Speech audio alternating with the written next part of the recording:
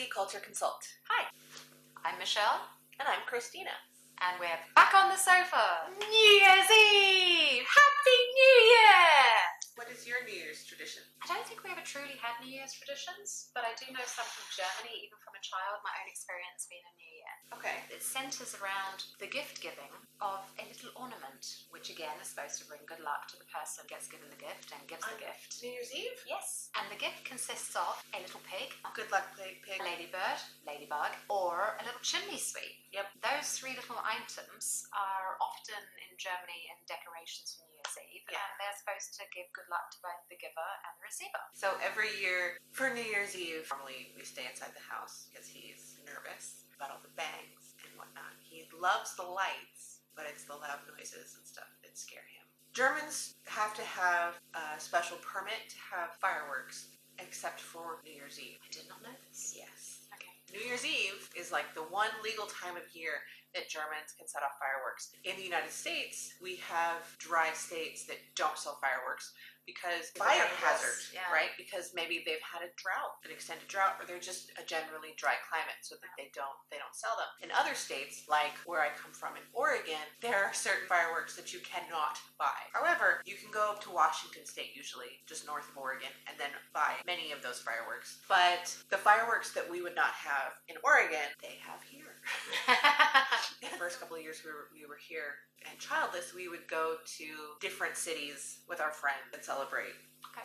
No matter if it was a different city or the city that we live in, it turned into madness.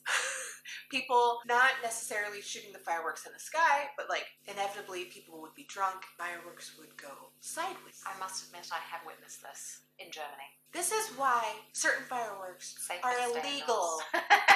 where I come from. I think in the UK they often have organised fireworks displays. Of course, yeah, they For do. New Year Yeah, and they stuff. do in America too, and they're usually phenomenal. Having fireworks only on New Year's Eve, Silvester, that was different for us. Something else different for us, since we celebrate New Year's Eve indoors, I end up buying marzipans, almond dough marzipan, not ornaments, but figurines. Really?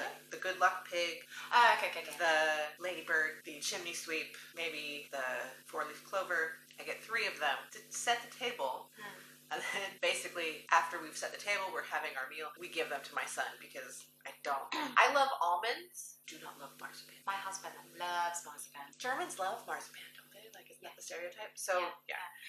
And in Stollen, he prefers the marzipan Stollen. Stollen's that kind of bread cake type thing full of sultanas or raisins, and then It's a fruitcake. yeah, kind of, but like more of a bready fruit cake, Yeah, not more like a of a- British fruit cake. Yeah. Because a British fruit cake would be more fruit based. Fruit and candy fruit. Yeah. Yeah.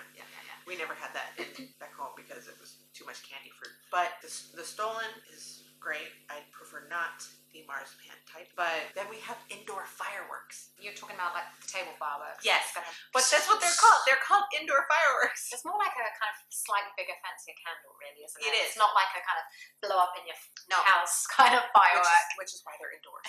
With us in the neighbourhood, what's happened historically is a couple of the dads down the road have gone onto the street and lit a few fireworks. Oh, nice. Or the kids have sort of come out with some sort of bangers and things, and a few people have come out and maybe bought a few bottles of champagne and then just sort of shared that and said cheers at the stroke of midnight. A tradition in Germany, food for New Year, raclette and fondue. What is raclette? Because I think people in America would know what fondue is, right? It's cheese hot pot. What is raclette? Well, fondue, as you said correctly, is more, your boiling hot pot of melted cheese and you stick your bits in it and eat it. You could have chocolate fondue as well. But raclette is a little bit more special. It's the same principle as fondue. You have a couple of heated units on the table, and then each person gets given 2 tiny little trays about the size of my hand. You put it under an element, put whatever you want in these little trays, and you basically heat it up. You kind of grill it slightly and then cover it in cheese. The normal ingredients would include some meat, pickles, potatoes, onions,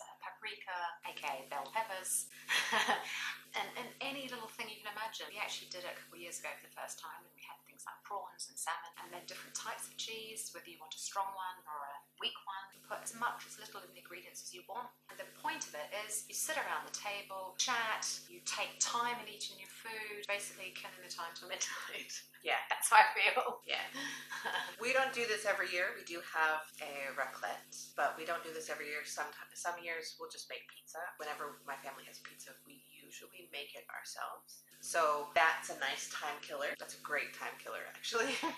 We usually have meals in the kitchen, but on New Year's we pull out the dining table. It's usually the home workstation. Plug in our raclette, so we have the grill at the table. Underneath that, they look like little padlets. We grill the bits at the table, and then true, there's a bit on the top as well. I didn't explain about that. And then we have the pieces of cheese because there's only 3 of us.